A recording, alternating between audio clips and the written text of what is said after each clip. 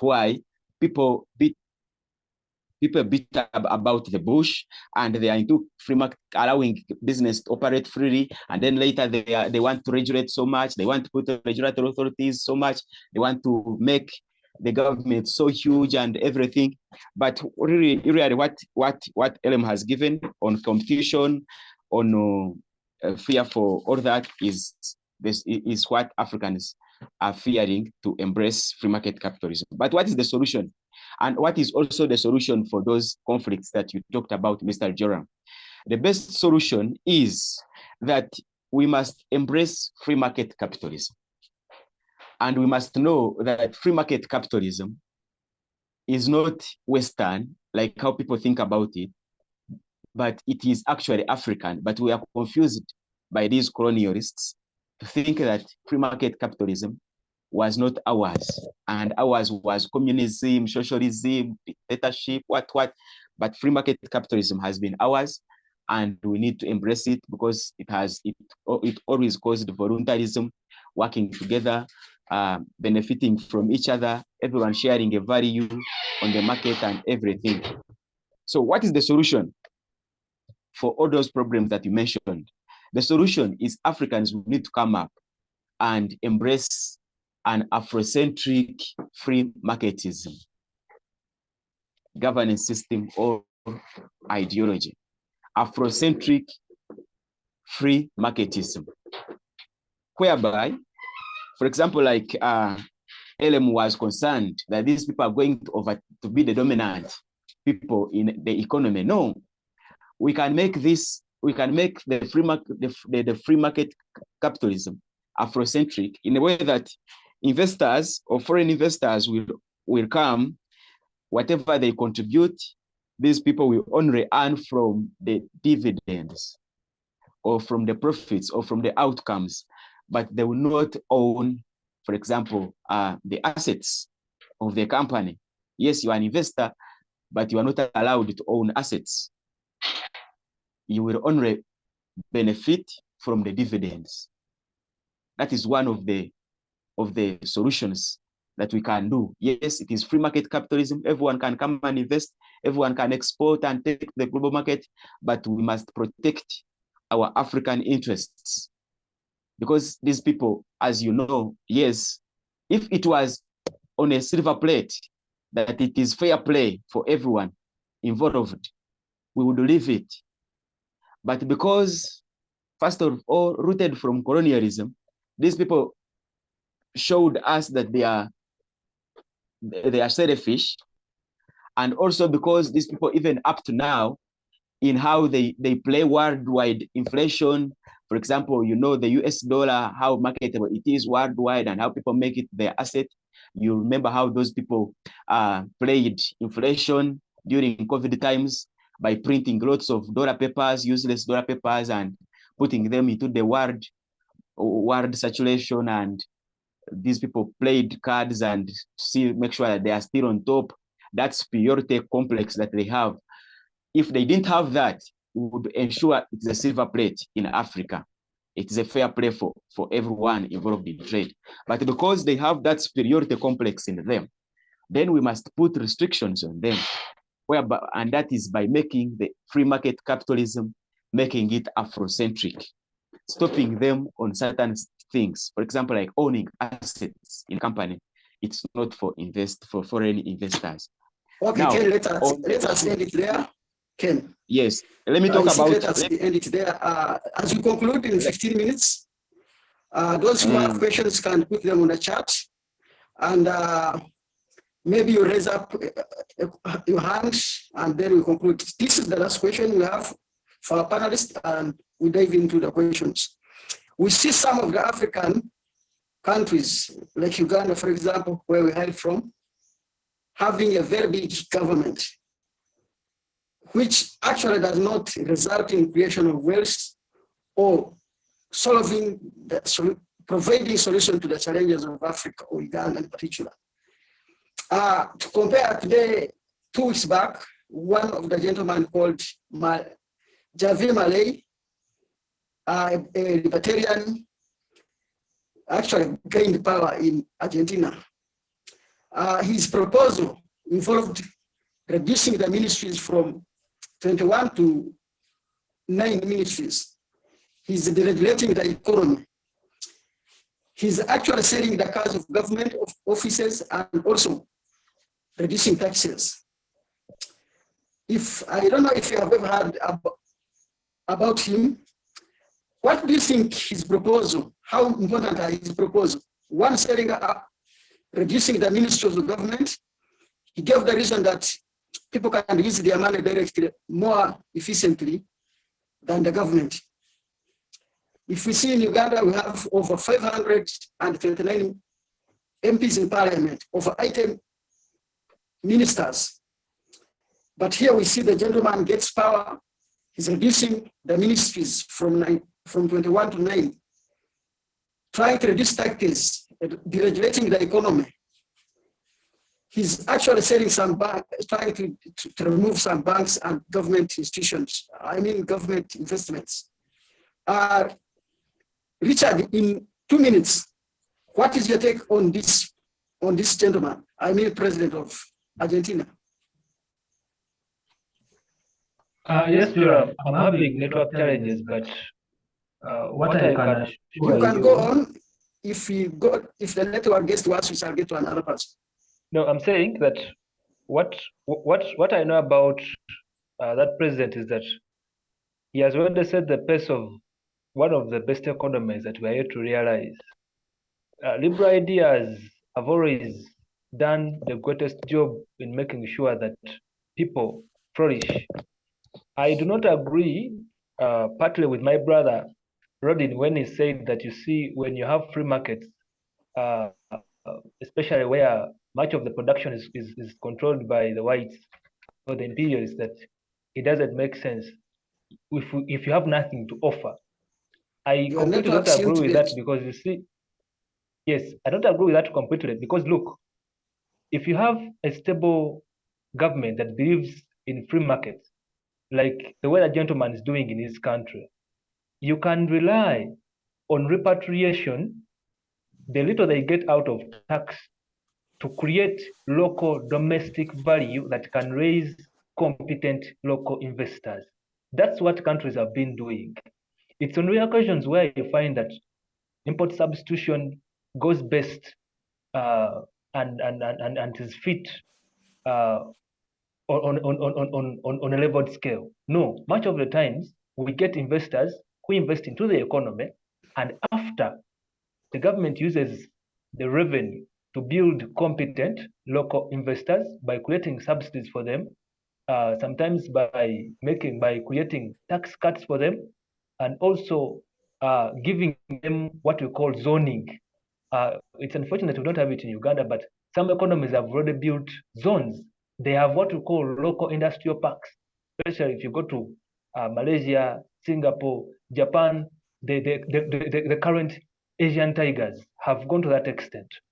So what I'm saying with that gentleman is that the ideas he's fronting are going to revamp not only the economy, but also build the regional bloc of trade that he has around the country right now. Argentina has not been bad. It only got a few leaders. Okay, Richard, we seem to have a network challenge, and I think you'll come later and conclude on that. Let us go to Elem. All right. Elem, yes, Elem, should we take on the big governance, or we should make sure the government is more efficient and actually set institutions that work directly with the people and create such infrastructure where people develop, instead of creating big government that actually becomes a burden to our economy? What is your take, Elem? Comrade Joram, I want to thank you for this. I would want to jump onto what Kakande had really started with, and he was talking, though I think you are not the one who was listening well, but he was talking and was not affected by network. It is true, our governments are too big.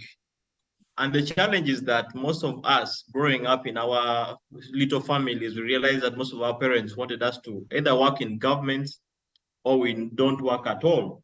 So basically realize that now the government growing to that enormous stage, or like this kind of nature, it is because of the demands by the population. The population thinks, the population thinks that having a big economy, having a big government, having people in government will always help them have an access to the national treasuries. You realize that now government, there's now that idea of a districtization in Uganda, where now every now and again they're creating another new district.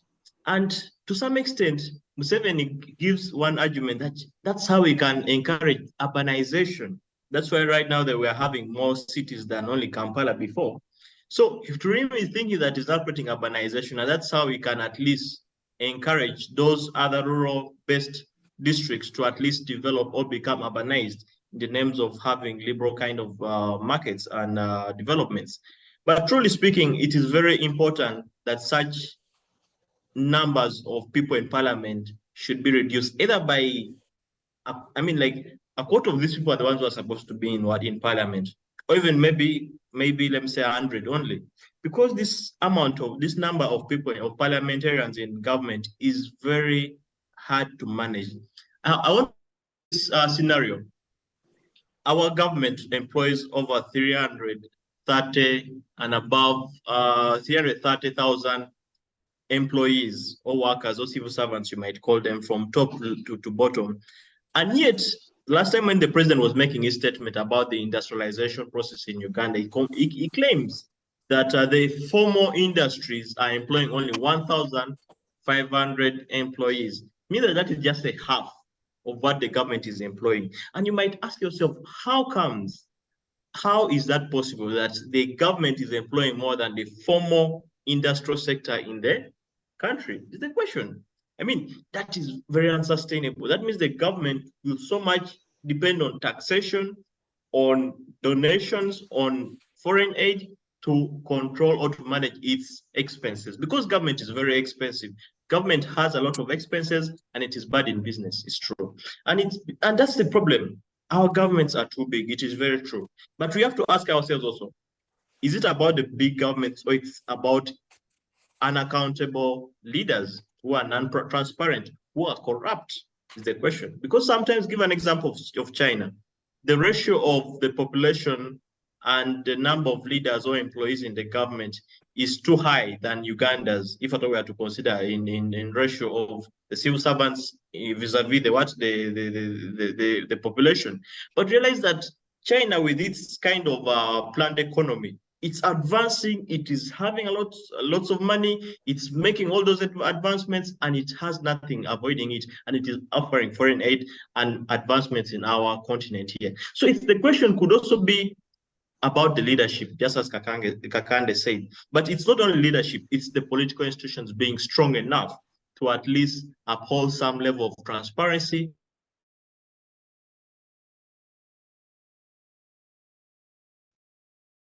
to the extent that even might not alter what is already in position in operation. That's all I can say. Okay. Kenneth, as you conclude in 2 minutes, the question of a big government, we are certainly sure that the government does not own money. Government has no money. All the money they have belongs to people, to the taxes, and of course from grants and borrowed money. Government does not create jobs. They only create jobs using taxpayers' money. Why do you think the government are becoming too big that? Yeah, thank you very much. People seem not to know the problem. Thank you very much, Mr. Joram. The issue of large government, sure. Thank you very much, Mr. Joram. The issue of large government. Yes, please.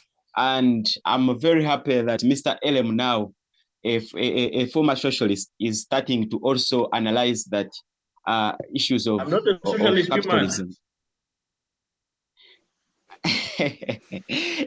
Okay, I'm sorry. Yeah, that he's starting also realize that issues of capitalism are becoming more needed or necessary in this era. About the large government, surely it is the reason why corruption is unending in our governance bureaucracies, because by having a large government, everyone thinks first and foremost, the bureaucracy, the making of policies, the flow of orders and everything becomes complex.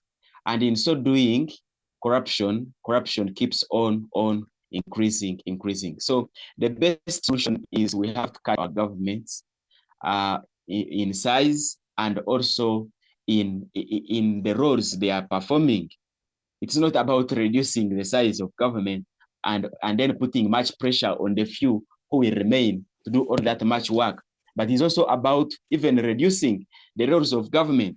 For example, services. Government should not be so much involved in services like education, like healthcare. We should leave this to the private sector.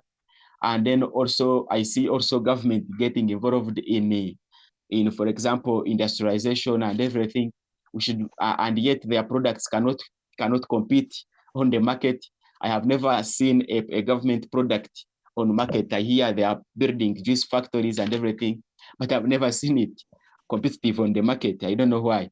So they only force them into their functions and everything. So let us cut the size of government, but also cut the what? The roles. Okay. And what is contributing to this, a moment, what is contributing to this also is democracy, whereby someone wants to create more districts and then divide, because now this one belongs to the opposition and then this one supports the government. Democracy is not good.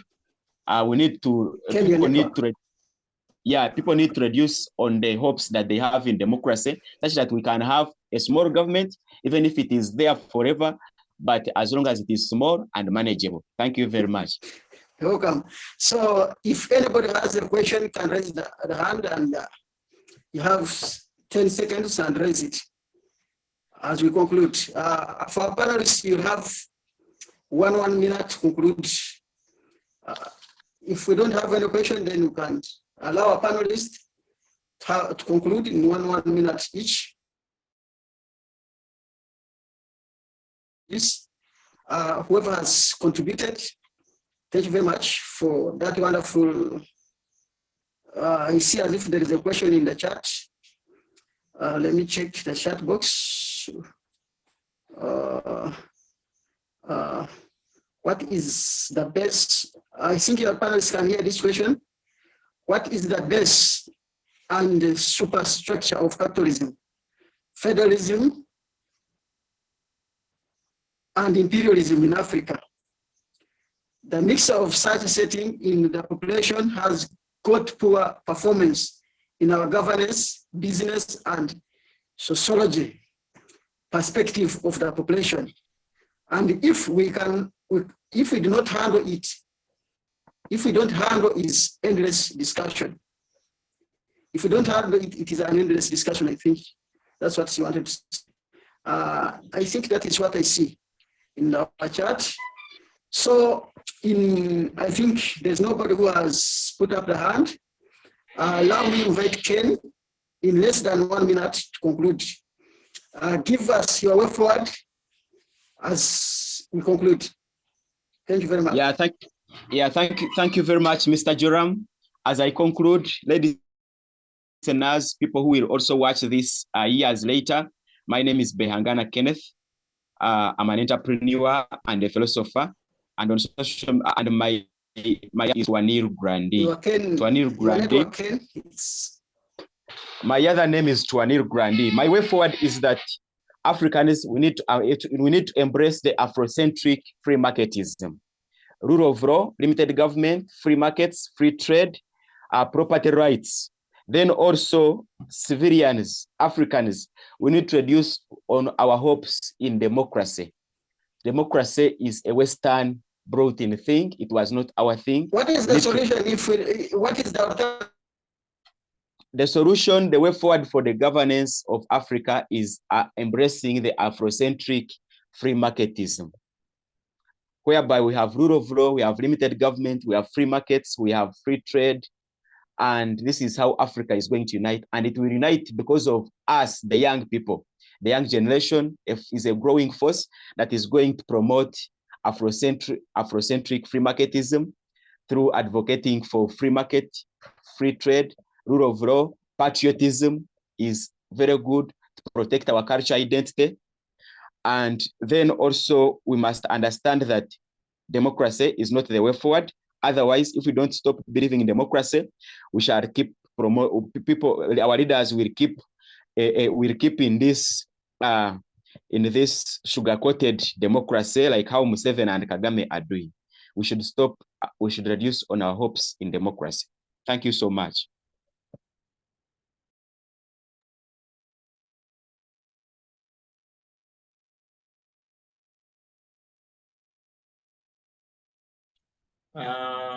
I think Joram, we've lost Joram. I'll make my parting shots.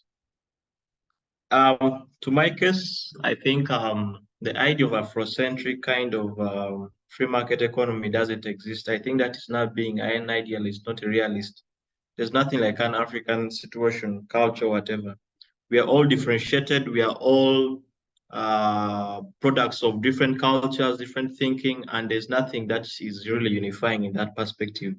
Yeah, truly, we might say that there's need to have that kind of free market economy and all that, but there's nothing as African, because I didn't see Europeans saying that let us now develop a European kind of free market economy. The Americans also doing that, or maybe the Argentinas, or even the Brazilians. So the question becomes very short. How then can this economy develop based on its entrepreneurs? What's the nature of the entrepreneurs in the continent is the question. Because as we do import, give an example of what one time Dangote said, that the more we import into an economy, we create employment levels, or we increase on the employment levels elsewhere, yet we worsen our employment levels inwards. We become consumers, and when we become consumers of what is coming from the external world, we employment levels, or we increase the employment levels elsewhere, yet we are worsening ours here. And sometimes we just become consumers, and yet we're not also producing enough. And in that case, also I would claim that the solution could also be in research. When we talk about research, we can either decide to invest in knowing how we can modernize our machineries, how we can modernize our technology, digital platforms, so that we can compete favorably in this world of globalization. It is true we can't avoid capitalism. I think today I would want to admit that we can't avoid capitalism, but then we ask ourselves, are we going to remain victims of the process, or we are going to become also agents of the change? So at the point where we find ourselves in the process of defining how we are going to determine that, it would be much easier for us to control this economy. And in that same level, I would consider, yes, true. When we talk about governance direction in Africa, governance itself, Comrade Kenneth, is democracy. I hope you knew that before you came into this discussion. When we talk about the governance, we talk about people's participation, rule of law, we talk about transparency, consent. These are all elements of democracy. So I don't know whether you are considering that act in the process of arguing, but the truth is that, is it about how these procedures of people being part of the whole process, the solution, or we can have an aristocracy kind of democracy that should operate? It is true that not everyone can be part of the solution, because the question of collaboration means that we are not even being right on what we know, what we are supposed to be doing. The issue of saying that unity in progress, those things that don't work. Individually, what are we doing on our own basis to develop our economy? Because sometimes even those who created cars, they didn't have to come as a whole country to say that we are going to develop the Ford. They're not going to develop the Toyota. No, it can start with an idea, and an idea can be pushed by someone else, and that other person might advance it economically and all that. So the question is that I think individually how our entrepreneurs think towards this can solve the problem. And the entrepreneurs are the problem solvers. So if at all we have less entrepreneurs, that becomes a problem. But if at all we empower our entrepreneurs to be focused with how the global economy is operating, it will be much easier for them to favorably compete in this very competitive world. That's all I can say. Thank you. Yeah, thank you very much, Mr. Elem, for that submission. I'm not saying that we should delete democracy because we are seeing countries like Kenya, they are doing it well, they are democratic. But what I'm saying is that Africans need to reduce on their hopes in democracy. They should not look at democracy as the solution, because people sit down and think that, let me sit when after the regime of Museveni, then that's when I will work. The Triambalengule things and all that. People should know that democracy is not the way forward. The way forward is the governance systems, how we are governed, the policies and everything and all that.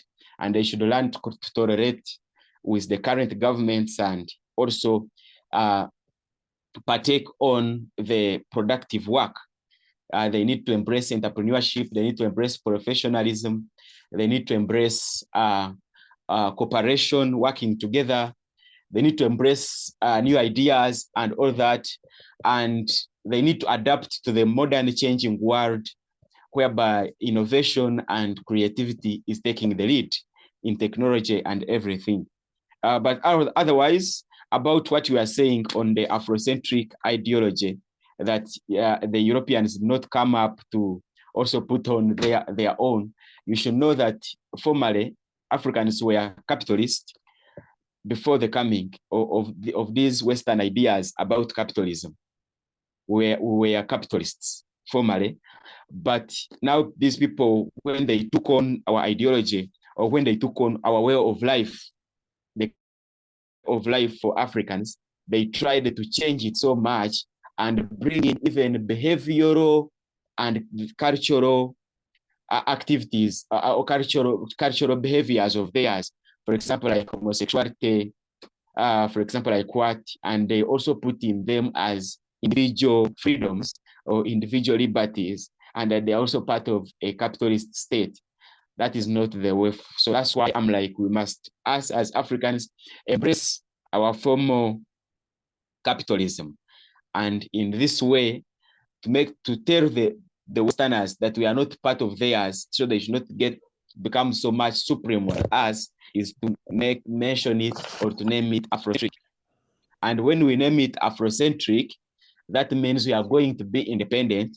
And whenever we are trading with them, we shall trade on a common benefit, on mutual benefits, and them believing in African interests, we protect our interests, and they also protect their interests. They also be themselves, but we trade on mutual benefit. But otherwise, this is the way to go. Thank you very much, guys. Africans, we need to wake up. Everyone should become inclusive in all of this. If you can't be an entrepreneur, kindly become an investor, bring up ideas, become a professional, do talent, do everything, and have that sense of belonging to Africa. That is patriotism. Become patriotic. Don't be nationalistic. Don't be a chauvinist like people like Idi Amin. They were too patriotic, and because when you become too patriotic, you'll not be tolerant to other people, to the Westerners, but become a tolerant. So be patriotic, love your country, but also believe in international trade, believe in international cooperation. That is it. Thank you very much. I remain Behangana Kenneth Tuanir Grandi. We must build a united African nation. That is UAN, and that is my name, Tuanir, Tuan, meaning the United African Nation. Thank you, guys. Thank you for embracing, for laying a rock for the future governance of Africa. Yes, I think I should also give my parting shot. I think by solution, we should first embrace limited government. We cannot talk about development unless we talk about our expenditure. And in this, I mean that we must have the executive as to the only required number of ministers, and to the degree that we must have a parliament which is sensible and reasonable to the numbers. We cannot have 500 MPs and we call that development. By design or by default, or to fail. Yes, Ellen gave an example of China. But these are countries that invested so much in education, and they understood why they need those numbers as compared to Uganda. My third point is that we are going to invest so much in education, and that the underlying word is research. For as long as we have an education system where a monkey and an elephant are given one test of climbing a tree, we always ought to fail. Creating the legal regime that supports local investment, especially the manufacturing world, and also making sure that we also start giving these incentives, investment incentives to the local investors, as well as giving them room to copy from those that come from other countries. The Beijing developed mainly because of education. They used to get the best scientists, take them to Apple, to industries, to Microsoft, to Google, just to learn those specific things. And then they come back and they teach the rest. They could borrow and invest in getting ideas. And then when they come back home, they train others to do the same. Much of their fake products used to come to Africa, and then they improve to the extent of competing globally. I think those are one of the ideas that we have to copy. And then the other thing, which is my last point, is the governance question. We cannot put away the idea of leadership, whether it is creating strong political structures or strong structures to support investment or to support free markets or to support research and development or to support academia for anything. But we must, or we can think of, it starts with who is leading that point. So choosing politically market-oriented leaders, liberal leaders, leaders who understand the need for free markets, the need for rule of law and meaningful rule of law, because I can say from the legal perspective, Uganda has one of the best laws, be it on investment, be it on anything, but the implementation of it becomes a problem. You find we have a Ministry of Finance, which has a full code of laws to follow, but then it also has a subsidiary body in the State House, which is responsible for investors, which completely has nothing like the law regulating it, but has political power over the one which has the legal. So I think having the straight leaders who understand free market economy, who have understood the ideas of capitalism, and I'm talking of capitalism which is integrated with integrity. We've always had this debate of the US teaching about pure capitalism, but itself does not practice capitalism, it's pure entirety. We've seen them giving subsidies. They also give tax cuts. They also close borders to some products, even within the European Union. So we are saying, for as long as we marry integrity within the leadership question, then we can have the best for Africa. And lastly, as I wind up, is to go back to the way we see things, perception. We cannot compare Uganda to the US by design or by default. We cannot. Even by the level of investment, we cannot. Even the quality of products that we produce, we cannot still compare. Let us create an African-based solution. Let us create a trade within ourselves, because we have enough population to feed each industry that we produce here in Africa. But the concept of trying to jump on industries that have grown would be a problem, and that is hindering us to go for loans that we cannot pay, and have become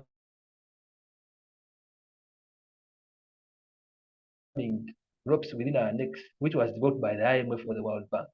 Their policies are good, but they never develop any country. However, they keep it into slavery. So it is my last point of saying, let us change the way we see things. Let us appreciate governance, the direction of giving everyone rights to do whatever they want, what makes them free, what makes them happy, and also to make sure that we support structures that give room for local entrepreneurs, especially on value addition and research. I would like to thank Joram and the organizers of this discussion. We hope to have more of this, and also to have an impact-based solution whenever we on such calls. Thank you.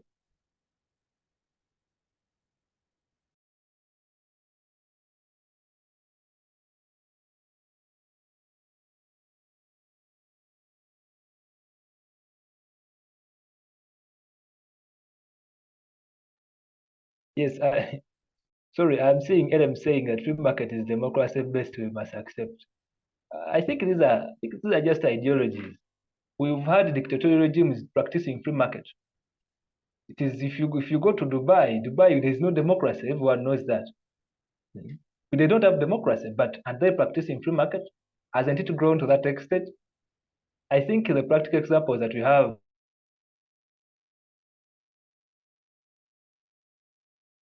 are that any kind of best structures, and I think free market is just helping a common man to to trade with ease.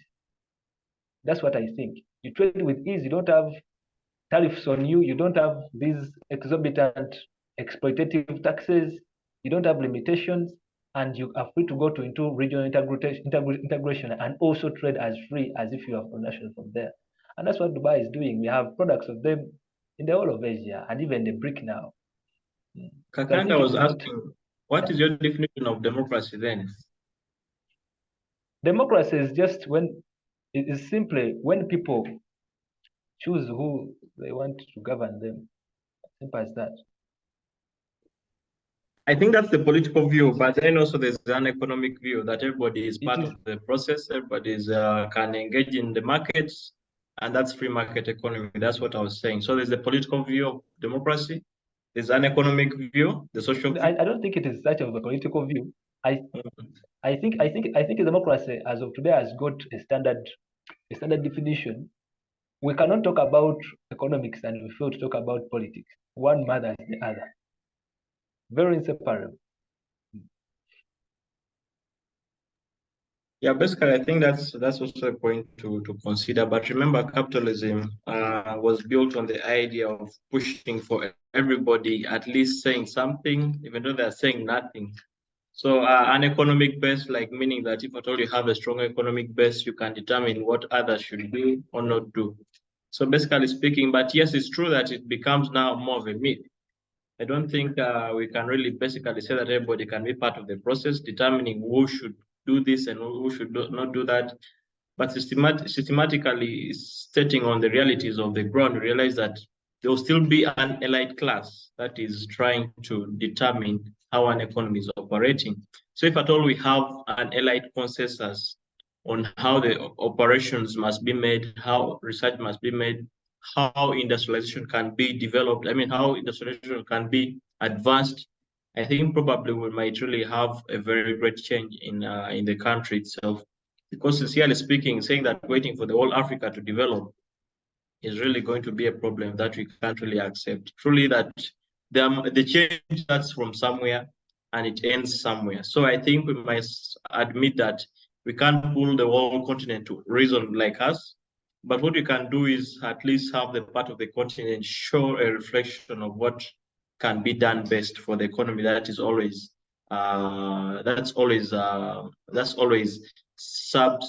subdued by the external world. I think that's my argument. That's all. Thank you very much. I think Adam, you forget a point. Whereas you talk about economic development and we cannot pull everyone, some countries don't want to develop. That's their choice. That's what you forget. So if you talk about that there should be an elite class that should determine, no, we don't need an elite class that determines.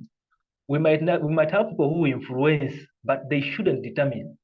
That's the point. Everyone should be able to, within themselves, determine what satisfies them objectively. That's the point.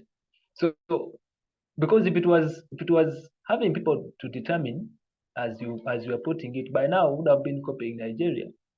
It's not also even if you talk about South Africa, it's not also well off. It has issues. Kakande, I want to take you back to the Asian tigers. It was really very important to admit that the fact that these countries had to develop very fast during that period of time, there was a very strategic elite class that had to determine how the economy was supposed to change, how the economy was supposed to operate. That is wrong. Truly speaking, saying that no. Yes. No. If you look at one of the people who existed by that time and were part of how the strategy was to make sure these Asian tigers grow. I don't know if you read the book of Alice Amsden, The Rise of the Rest. He calls those countries the rest, that they grew after the superpowers. The structures they laid were simply to first appreciate an individual in his entirety. And then the other point was to make sure that these people have laws that protect